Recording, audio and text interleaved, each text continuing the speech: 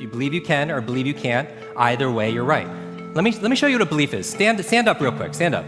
I'm telling you, it's in your body. You have so much intelligence in your body right now, I'll prove it to you. Jump up and down a little bit, and make a little space from the person next to you if you can. So if you went like this, you're ideally not gonna take anyone's eye out or anything like that. Okay, now stop bouncing. I love the energy though. Notice where your feet are. I want you to keep your feet stationary the entire time. And what I want you to do is with your right hand, just point forward with your right hand. All right, forward with your right hand.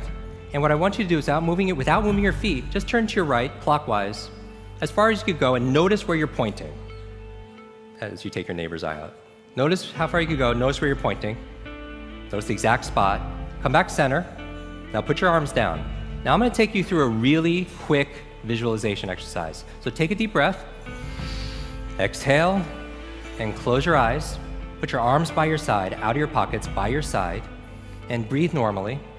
And with your eyes closed, we're gonna play a game. I want you just imagine that you're raising your arm again, but this time imagine you're turning twice as far, 2 times as far.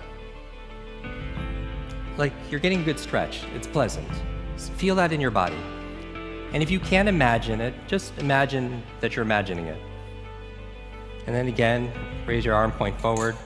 And this time, no, with your eyes closed, just imagine, just in your mind, see and feel yourself turning 3 times as far.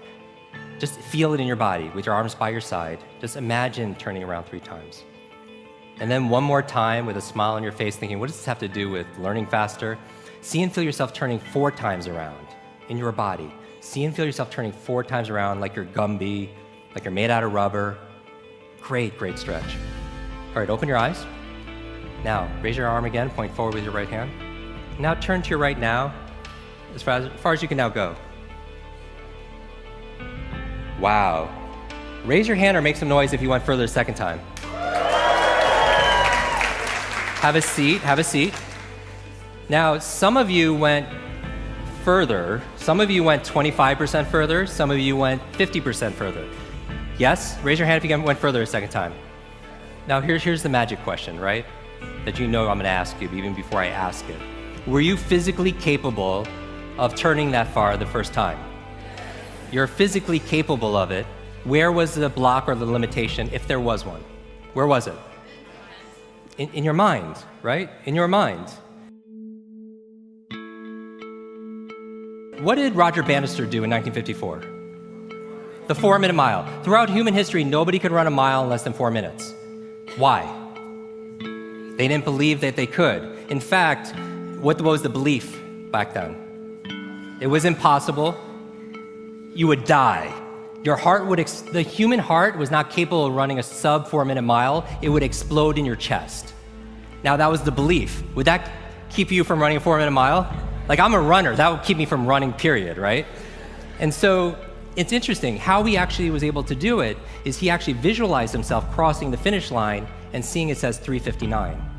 Because he knows what you know as superheroes, and he's doing these thought experiments, that success is an inside-out game, right? That in order to take the invisible and make it visible, just like a thermostat, right? You visualize things here, and then you make it out here. He knew it had to happen here first, because all behavior is belief-driven.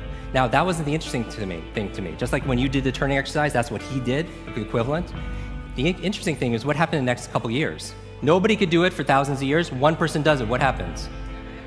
Yeah, dozens of people started breaking the 4-minute mile. Now, in that year, was there big advancements in shoe technology and nutrition and training methodology?